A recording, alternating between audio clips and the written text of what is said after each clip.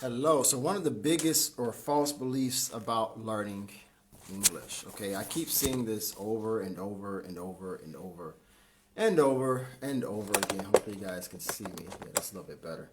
And so I was reading a Facebook comment yesterday, and even for my students, for my clients, I hear, my English is better, but I don't speak it perfectly. That is totally normal, okay? Even when you reach higher levels, for example, A2, B1, B2, then you get to C1, you're going to make mistakes. Even at the C2 level, you're going to make mistakes. Okay, so even with your native language, okay, so if I speak in English, even during this video, you may hear me stop. Oh yeah, okay, need to correct. You're always going to make a mistake. All right, and that's probably one of the biggest false beliefs is the higher you go, the that's not a false belief. If you reach a higher level, I want to say you're not going to make mistakes, and mistakes are a part of language. It's just a part of it. You'll never know all the words of a language. For the majority of you are not going to know all the words in a language. Think about it. In English, it's about 500,000 plus words, okay, in the English language. I think most adults probably know, 20 to 50,000 words in the language. So you're looking at 10% of a language most people know, okay, unless you're a super genius. Even in Italian, I watched a TED Talk. There was a lady who said, I think in Italian there are maybe 300,000 words, and most people only know 35,000. Again, 10%. Right? So even in your native language, you don't know all of the vocabulary words. So this is an unrealistic expectation to think, oh, I need to learn more and more vocabulary and I can't make mistakes. It's just unrealistic. You have to be comfortable with the unknown.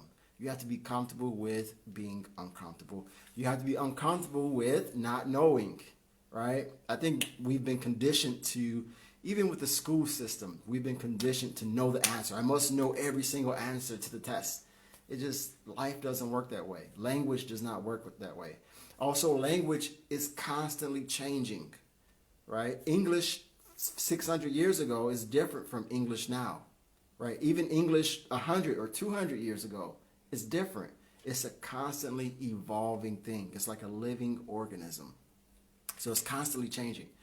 So just this false belief that I'm going to have everything perfectly, I'm going to say everything perfectly, it's just false. Okay. Now I'll give you an example.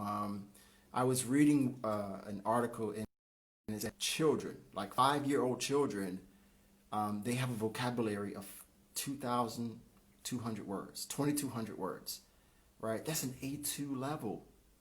That's an A2 level. I know many students, many clients who are adults, and they have a vocabulary of 3,000 words, 3,500 words, right? So as an adult, you probably know more words than a 5-year-old child. But why is the child more fluent? It's because they use the same words over and over and over and over and over, the repetition. So if you don't want to make mistakes, then just use the same words over and over and over and over. There's no problem with that. Many of you want to learn more and more vocabulary, but that's not the key. You just need to focus on the words that you already know if you want to become fluent.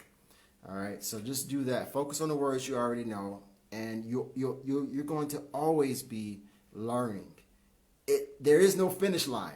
Non c'è un traguardo. Okay, in Italiano. There is no finish line here. When you learn English, you will always be learning something new. There's always a new vocabulary word, a new phrase, a new expression that you're going to learn. Like when you get to, I would say like C1, then you get to C1 and then you're an advanced learner and then it gets better. But you're always going to be learning something. All right, guys, thanks for listening to me and I'll talk to you later.